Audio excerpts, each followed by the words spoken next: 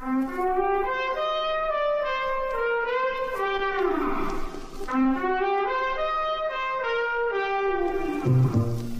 a private investigator means two things. You can be sure you'll run into trouble, and you can never be sure you'll get out of it. Not much you can do about it, I guess, except, like Julie always says, walk softly, Peter Troy.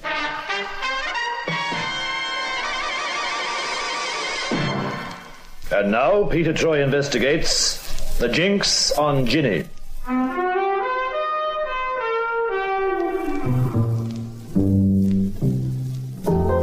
I remember once when my secretary Julie dragged me along to some charity bazaar or other and insisted we pay good dough to some old crone dressed up as a fortune teller. Well, this old doll, made with a crystal ball bit, plus a certain amount of groaning and swaying about, and she said to me, for you, I see trouble ahead. You are going to have a lot of trouble. She was right. For like I told you a little while back, being a private investigator means you're in for trouble all the time. But that's okay with me. It's part of the job. The people I feel sorry for are the ones who go to that old doll and learn that they're in for a heap of trouble and take it all seriously. You'd be surprised the number of people who become convinced that someone's put the evil eye on them, or they have some kind of hex that brings them bad luck no matter what. Take Ginny Jones, for instance. She was convinced there was a jinx on her. All set with you all, Miss Jones. Want me to start it for you? No, thanks, Joe. I'll do that. Well, good luck today. Thanks, I'll need it. The luck I've been having lately would try the patience of a saint. Hello there, Ginny. All set to roll? Oh, hello, Dick. Yes, I'm set. Everything all right with you? Couldn't be better. You'll need every bit of speed you've got to beat me today. I'll settle for just a bit of luck. This car of mine's been playing up so much lately, I don't know. I seem to have a jinx on me or something. We all have our runs of outs, you know. I can't afford many more. I can't go on and on losing races. Not like you, Dick. Oh, I don't know. I've been out of the winning list for some time myself. Yes, but it isn't so important to you. You don't need the money. For me, it's bread and butter. Oh, well, don't worry. Just keep your fingers crossed. Hey, tell you what. Let me start your car for you, just for luck. Well, that doesn't sound very lucky, letting one of your opponents sit at the wheel of your own car. Oh, perhaps it isn't, but it's different. It may just throw your jinx out of kilter. Bring you good luck for a change. Oh, all right, if you like. Right, here we go.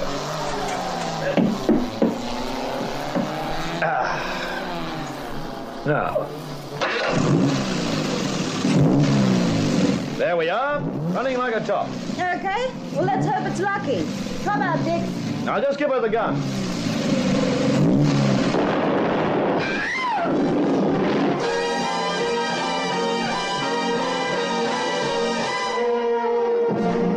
Ginny Jones had trouble, all right. Of course, from where I sit, anybody who wants to drive racing cars is looking for more trouble than any private investigator. But I guess you've just got to do what you've got to do in this life. And with Ginny, it was driving racing cars. It's my life, Mr. Troy. As long as I can remember, I've always loved fast cars. Mm-hmm. Such a waste, though. A waste? Yeah. A beautiful girl like you risking life and limb in those hot rods when you could be... Could be what? Well, Well, what, Mr. Troy? I'm interested, too. Julie, don't you have some filing or something to do? I suppose you were going to say you can't understand why I should prefer racing to getting married, for instance. Yeah, something like that. Something like it, but not much. Mr. Troy is not a man who gives a great deal of thought to things like marriage, Miss Jones. Now, Julie? Well, if it comes to that, I did think of marrying once, but, well, it would have meant giving up my career. Oh, your prospective husband didn't like racing cars? He loves them, but not for his wife, you see. Oh, another driver? Yes, Dick Kalman. What, the guy who was at the wheel of your car when the engine went up? That's right. Thank heavens he wasn't hurt. Yeah, he probably feels the same way. Tell me, the police bomb squad have looked at the car? Yes, they say some kind of small bomb had been wired up to the rev counter. So that it'd go off when the engine was running at high speed? That's right. As soon as Dick revved her up, bang went everything. It would have been nasty if that had happened while you were in the middle of the race. Yes, and apparently that was what was intended. You've no idea who might have put the bomb in the engine? None at all. If the police weren't so sure that a bomb was there, I'd just put the whole thing down to my bad luck. Bad luck? A thing like that? Well, why not? I've had such a bad run of minor mishaps lately, I wouldn't be surprised at anything happening. Mishaps? What kind of mishaps? Oh, oil leaks developing, gaskets blowing out, that kind of thing. I shudder when I think of the races I've lost in the last few months because of silly things like that. But this bomb couldn't have been an accident. Somebody must have put it there. Yes. That's why I've come to you, Mr. Troy. I can't get any sense out of the police. They say they're doing all they can, but they also say my being unable to help them is making it all difficult. Yeah, by being unable to help them, no doubt they mean your inability to suggest who might have put the bomb in your car. Yes. Well, it's obviously someone who doesn't want you to win races. Yeah, that's for sure. I suppose so. And maybe all those other accidents, so-called, were arranged by the same person. Well, I don't see how. Joe, my mechanic, is a very reliable man. You don't think anybody could get to him? Get to him? Oh, you mean bribe him? No, I'm sure they couldn't. I'd trust Joe with my life. Well, in fact, I do every time I race. Well, if Joe's on the level, it's true that he hasn't been able to prevent somebody sabotaging your car. No, whoever did it must know the routine in the pits pretty well. It's hard to understand. Perhaps it is just a jinx after all. In the first place, yeah. But with this bomb thing, well, somebody's been giving your little old Jinx a mighty good helping hand, Miss Jones.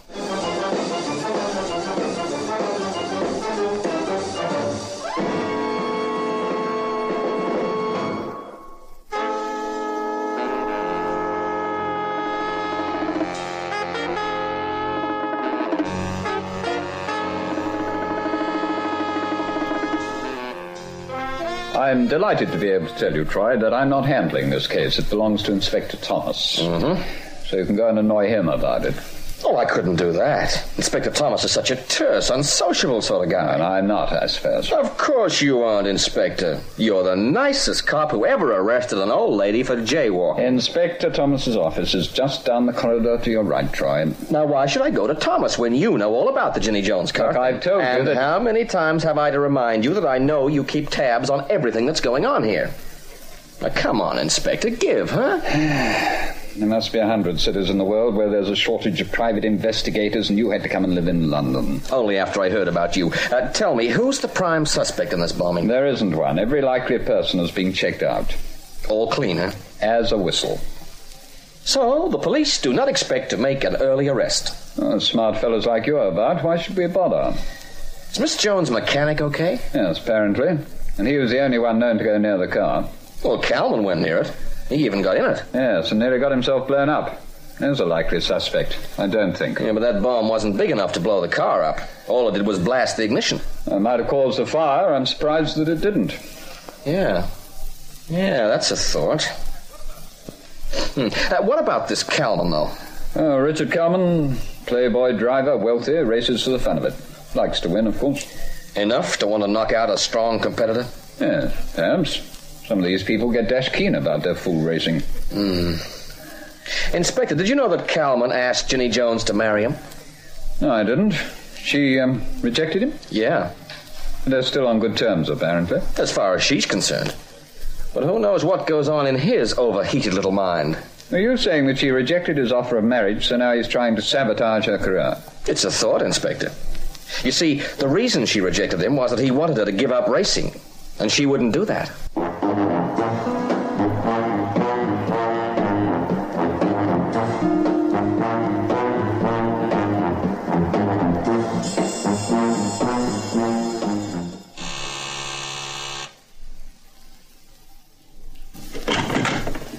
Yes? Well, my name's Troy, Mr. Calman. Peter Troy. I'm representing Miss Ginny Jones. Representing her? What are you, a lawyer or something? No, a private investigator. I'm looking into the matter of that bomb in her car. I thought the police were doing that. I'm lending a hand. I figured maybe you'd like to also. Well, yes, of course. Anything I can do to help Ginny. Yeah, fine. Do you mind if I come in? No, come in, by all means. Oh, what did you want from me? I've already been interviewed by the police. Yeah, and they don't suspect you of anything. Suspect? Great Scott, are you telling me that you think I might have had something to do with that explosion? Didn't you? Certainly not. I was at the wheel of the car. I risked my life. You didn't risk anything. You knew the bomb wasn't big enough to hurt the driver. I knew nothing about it. Just as you also knew that if the explosion had occurred in the middle of a race, it might have caused a serious crack-up. You're off your head. Oh, you mean the bomb wouldn't have caused a crack-up in the race? Not that I mean about my having anything to do with it. What's crazy about it? You have the best motive. What? In fact, you had a double motive. Ginny's a friend of mine. I would... Was a friend of yours, Calman.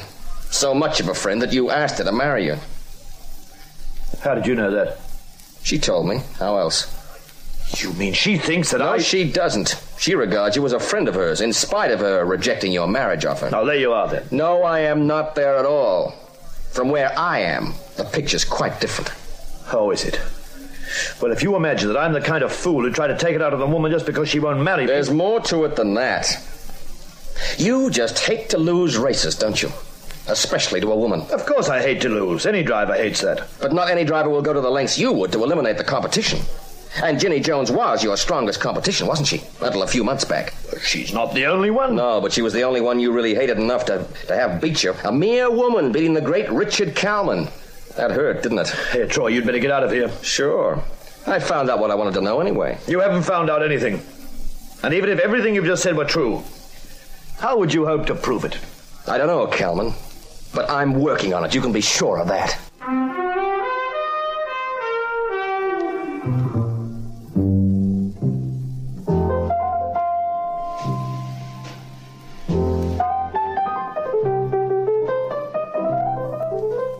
At that stage, it was all as clear as daylight.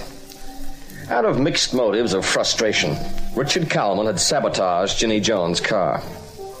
She'd not only rejected his offer of marriage, but had, until recently, been one of his main competitors. Well, naturally, Calman denied all this and lost no time pointing out that I still had to prove it. I personally didn't need anyone to remind me that the proof bit was not going to be easy. But I always work on the principle that when somebody commits a crime, it must be possible to prove it. If you think any other way, you can't stay in business as a private investigator for long. What a dreadful man he must be to do all that just out of spite. Well, no, not entirely out of spite, Julie. Like most racing drivers, he likes to win races. By fair means or foul, apparently. Fair means or foul? Oh, boy, that's good. I must remember that one. Pete, there's one thing I don't understand. Go ahead, shoot. Well, if Calman put that bomb in Miss Jones' car, why did he get in the car and set it off himself? That had me for a while, Julie. But I figure it this way. He'd been arranging all those incidents of mild breakdown on her car for some time. They hadn't put her out of racing. So he planned something a bit more drastic. Yes, I see that. It was drastic, all right. If that bomb had gone off during a race, Ginny might have been killed. Yes, well, that's what makes it so terrible. Yeah. So terrible that Calman couldn't go through with it. The risk of killing Miss Jones, you mean? Yeah. Now, he wanted her out of racing, but he's no killer. At least I don't think so. He lost his nerve and decided to set the bomb off himself. Yeah, that's the way I see it. It was a smart move, actually. It gave him a sort of alibi at the same time. Well, the police think so anyway. Their idea is that he wouldn't have set the bomb and then made it go off prematurely. So the good inspector says. Well, how are you going to prove he did it? Jolie, you tell me and you get the $64. There must be some way. If he did it, there must be. Of course, we could make it easier on ourselves and just think of the possibility that he didn't do it. That's a fine suggestion, I must say. He either did it or he didn't. Make up your mind. Yeah, that's an idea. Did I say something helpful? I don't know. You wouldn't admit it if I had, I suppose. Oh, Julie, how can you say that? It's easy to say. I get so much practice. Julie, I think we better have our client in. Miss Jones? Yeah. Get her on the phone, huh?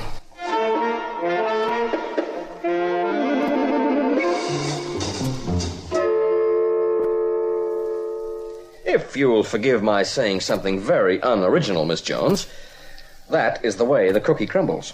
I see. So it was Dick, after all. Well, you mean you're not surprised?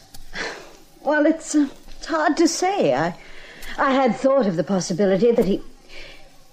You see, Mr. Troy, Dick Calman is a very passionate man. Oh, is that why you didn't marry him? No, that was because... Well, because I've been married to racing for longer than I can remember. So, Calman is passionate. A lot of women wouldn't knock a guy for that. No, you don't understand. I mean, he feels things strongly. Everything he does, he throws his whole heart into it. Like racing, for instance? Yes. He's always hated the fact that I've proved I'm as good a driver as he is. Better, in fact. And I guess he also hated the idea of your refusing to marry him. I expect so. They tell me that kind of thing is very bad for the male ego. Hell hath no fury like a male ego scorned. Something like that. Anyway, Miss Jones, I figured you'd like to hear the score to date. Where we go from here, I'm not sure. Well, how do you mean? Well, there's the question of proof. That Dick Calman put the bomb in my car. And arranged all the other things you ascribed to your Jinx. I see. You have no proof? No, not yet. But I'll get it. Oh? How? I don't know yet, but there must be proof. And if there is, I'll get it, sooner or later. And when you do?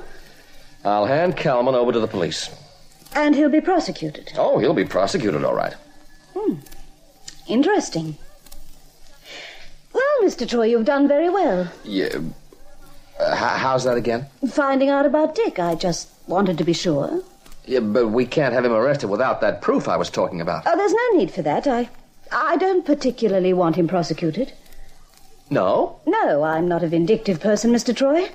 Now that I know about Dick, I'll simply tell him that I know what sort of a bounder he is and let it go at that. Hey, but look, he might try again. Oh, no. No, I don't think so. He wouldn't dare. Miss Jones, this guy has been doing some very dangerous things to your car. It could have been that one of them resulted in your death. Not really. The only really dangerous piece of sabotage was that bomb. And as we all know, Dick deliberately set the bomb off himself. Yeah, but the guy's a jerk. He ought to be taught a lesson. Oh, I'll see to that, never fear. I'll teach him a lesson. I'm afraid I can't agree, Miss Jones. This guy thinks along lines that could make him a menace to other people. He should be dealt with by the law. Mr. Troy, am I your client or am I not? Well, yeah, sure you are. Then surely I have a perfect right to tell you when to go on with my case and when to drop it. Oh, you have that right. Very well, then. I'm telling you now, as far as I'm concerned, this case is over, and I don't want any argument over it. Okay. Just take it easy, Miss Jones. I'm sorry, I don't want to be rude. That's okay. You're the boss, Miss Jones. If you're happy, then I'm happy. It's good to get a case sewn up so quickly. As I said, you've done very well, Mr. Troy. And I'm grateful. Swell. What say we have a small drink to celebrate? There's a bar downstairs in this block. It's very quiet and very comfortable. All right, then. Just one drink, perhaps. Oh, fine. Well, let's go, shall we? Oh, Julie, Miss Jones and I are just going out for a drink. Oh, are you? Yep. And I'd like those Franklin papers ready for me to sign when I get back. Franklin papers? Oh, don't tell me you haven't even started to work on them yet. I told you this morning that... Oh, well, look, excuse me, Miss Jones. This is rather important. Perhaps if I waited for you by the lift? Yeah, that'll be fine. I won't keep you more than 30 seconds. Oh, that's all right. I'll be waiting along here. Pete, are you out of your mind? Taking girls out for drinks and yelling at me over some non-existent papers and... Save it, Julie. I haven't much time. Now, listen.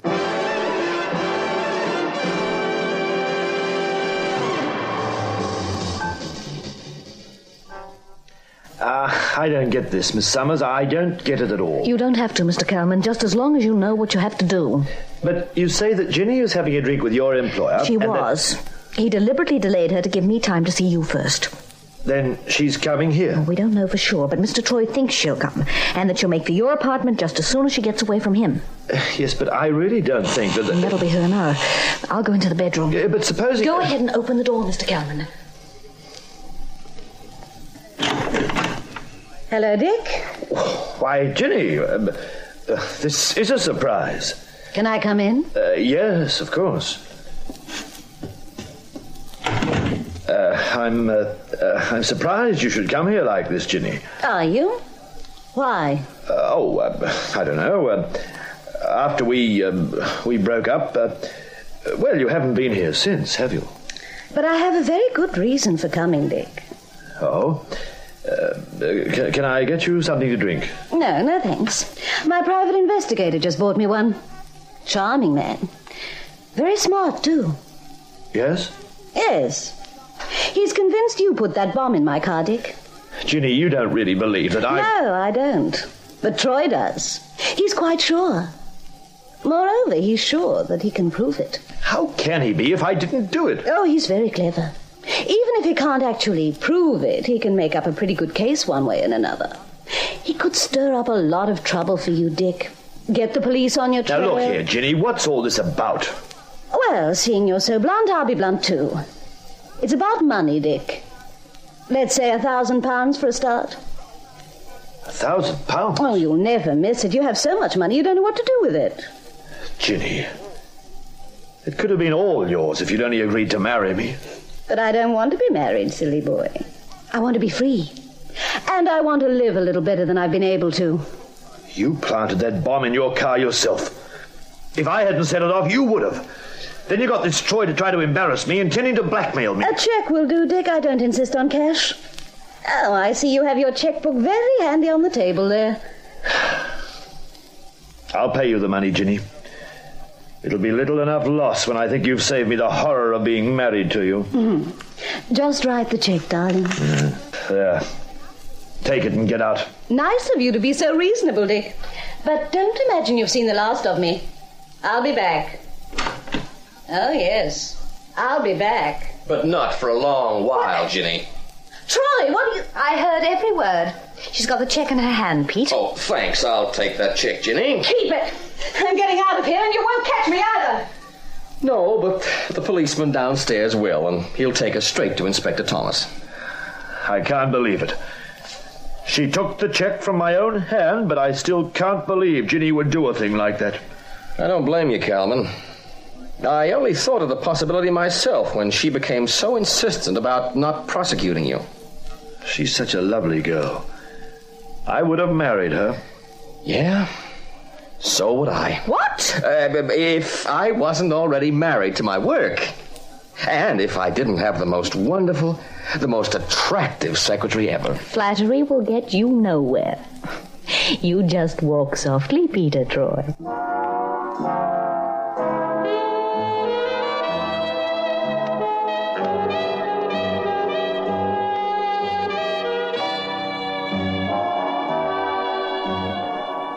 Sometimes it gets like that. The case against somebody looks so bad that you play a hunch and just suppose he didn't do it. That's the way I felt about Richard Calman. And the hunch about Ginny Jones paid off. I was proud of Julie the way she'd let me take Ginny for a drink without turning a hair. It was a rare occasion, even if it did cost me dinner for two at the Savoy that night.